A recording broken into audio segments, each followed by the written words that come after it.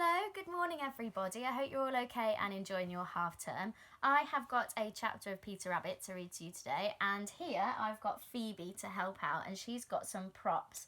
Now we're just going to share them with you before we start the story. So first of all, we've got the door to Bee's cottage, just here. We have got Bee herself, here, and Mr. McGregor. We've got a crystal rabbit, not just any old rabbit. And then we've also got a range of fruit and vegetables along with, hang on, bananas. Quickly, the boat. We've got a boat that Phoebe made herself. And we've got a truck. Now you need to be imaginative because we've only got a pink one. So here's our pink truck. Now, our chapter today is called New Best Friends, and I wonder who the new best friends are going to be. So listen carefully, and at the very end, Phoebe's got a question for you. I hope you enjoy the chapter. So chapter 9, New Best Friends. The truck stops outside Bee's cottage. Mr. McGregor and Bee head inside. The rabbits jump out of the truck and shimmy up the side of the cottage, eager to listen in. They land with a light thud on the roof of Bee's conservatory. A conservatory is like a glass building, so they could probably climb up and look through the glass in the ceiling. The rabbits want to see everything that is going on between their beloved Bee and Mr. McGregor. Would you like something to drink? Bee asks Mr. McGregor. Oh, yes, thanks. Are these yours? Mr. McGregor points to the paintings scattered around the room. Oh, yes, but they're not very good, said Bee, rushing over to try and cover the paintings that Mr. McGregor is looking at. I think she's a bit embarrassed, don't you? This is beautiful. What a majestic mountain, he says, tilting his head. It's an old woman in a hat, said Bee, correcting him. Ah, yes, I see, said Mr. McGregor. He tries to see, but is having trouble seeing the woman and the hat. What about these, he asks when he notices Bee's paintings of the rabbits. Oh, that's just for fun. It's what I paint to avoid working on my real stuff, said Bee. These are wonderful, says Mr. McGregor as he looks through the stack of bunny paintings. Oh, you don't have to say that, says Bee. She finds it difficult to accept compliments about her work. I think she's a little bit shy. It just shows how good they are if I like them, given how much I hate rabbits. Somehow you managed to make them look like... you managed to not make them look like the vermin that they are. You think rabbits are vermin? Asked Bee. She really hopes Thomas is joking. It would be terrible if he hated rabbits, especially because she likes them so much. Ha! Yes, that was a joke. I'm hilarious, he said hastily. He doesn't want Bee to stop smiling at him. Oh, rabbits are perfect creatures. They're generous, honest, pure. Oh, you should see the way they act towards each other. They do this incredible thing when they're apologising. Apologising? Rabbits apologise? Thomas doesn't believe it. How can rabbits apologise?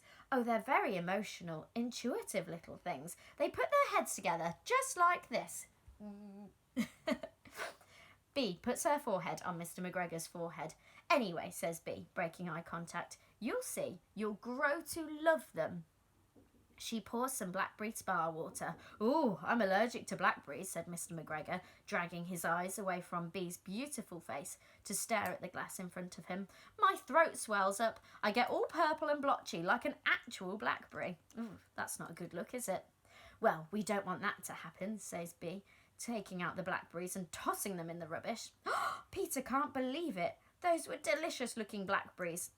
He lunges at the window, but Benjamin grabs him and holds him back. They've got to stay secret so that she doesn't know they're there. Bee refills Thomas's glass, and his hand brushes against hers. Bee and Thomas look at each other and smile. I think they get on quite well, don't you? Mm-hmm. The next day, McGregor and Bee hire a rowing boat and glide across a dazzling lake. The pair can't stop smiling at each other, laughing together and holding hands. Later, Bee rides her bike with Mr. McGregor balancing in the front basket. They both look deliriously happy. All the rabbits can do is watch sadly from a nearby wall. A day later, Bee and Mr. McGregor are sitting by the lake playing Bananagrams, which is a game. Each is just as good as each other at using their letter tiles. Oh, if there's letter tiles, it sounds a bit like the game Scrabble. McGregor is halfway through telling Bea about his childhood. My parents died. I had to move into a group home, and that's why I never knew my great uncle. Oh, that must have been traumatic. That must have been terrible. How did you deal with it? Were you okay? Oh, it didn't affect me in the slightest, said Mr. McGregor. He'd moved all the tiles into a perfectly straight line. I can see that, says Bea, not entirely convinced. I don't think she believes him, because she notices that his tiles have spelt out the words alone, abandon, mummy, why, broken, and help. I may have some tendencies, he admits. Oh, we all have tendencies, replies Bea kindly. Yeah? Well, what are yours? Said Mr. McGregor, looking at her. Thomas can't imagine Bea being anything other than perfect. I guess I have a hard time with people who aren't who they say they are, says Bea. Oh, you must hate Halloween. Thomas smiles at his joke. It's more about me. I keep calling myself a painter, but I can't finish anything real. I think it might be time that I give up and go back to real life, she says. Mr. McGregor pokes himself in the arm. Seems real enough to me. Bea smiles at him, at his lovely face, his lovely smile, his lovely hair. He is just, lovely.